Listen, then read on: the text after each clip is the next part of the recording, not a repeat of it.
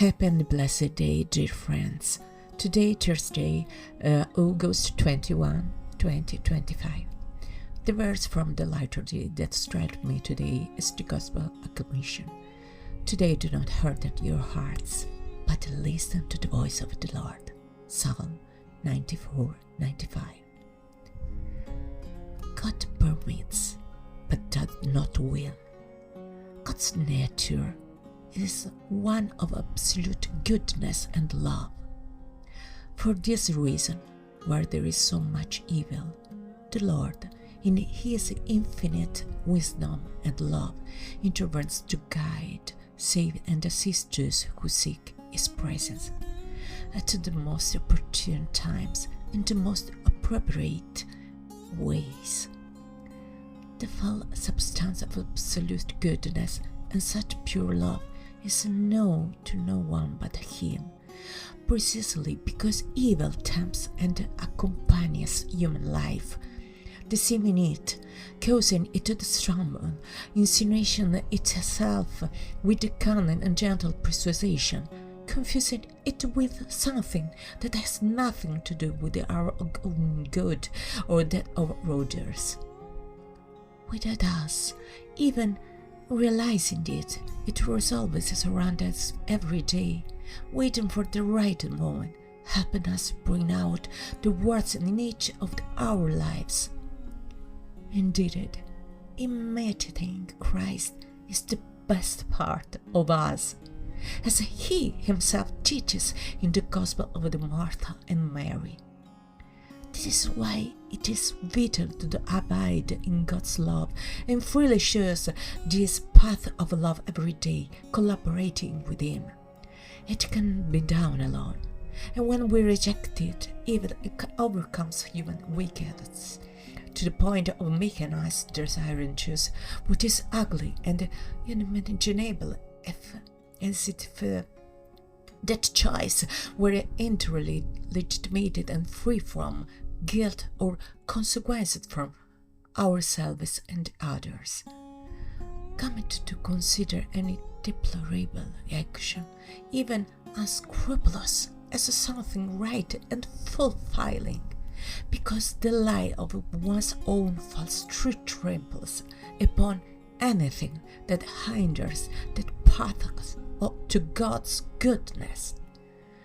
The Lord does not desire or want us to fall into the manipulative traps of the evil one, nor it is right to hold Him responsible for the choices we freely make in this regard. Unfortunately, those who pay the price are the most vulnerable, the small, the least, because there is always someone who commits something, and at last to others who suffer, themselves and the others. It is easier to blame God, who is the supreme good, love and mercy, than the evil. Likewise, human beings act by choosing evil and blaming the least, the innocent, precisely because it is easier to reach them. Why be angry with love, with God? Why not be angry with the one who is truly responsible, namely the evil one, and with what we do by choosing sin and therefore evil? We blame God when things go wrong, but then we don't believe in the existence of the evil one working within us, and we choose him harming the others. Since God exists, His adversary also exists, His opposite, which is the devil, good and evil. With Christ, you can always defeat all evil and help others do the same. If we invite the Lord to remain in our lives, He does so every day until the end of time, for He is love and eternal life, and He is capable of returning to you whenever you wish. The only way, therefore, is is to abandon everything that becomes more important than in our lives, such as excessive desire that debases us, negative emotions, or thoughts that sadden us. In short, everything we allow in our heart to become greater than His love, and that prevent us from being truly happy. Christ is peace. Without the peace in our heart, we cannot be happy. Jesus says, with a man this is impossible, but with God all things are possible. This is a response affirms what is essential to understand.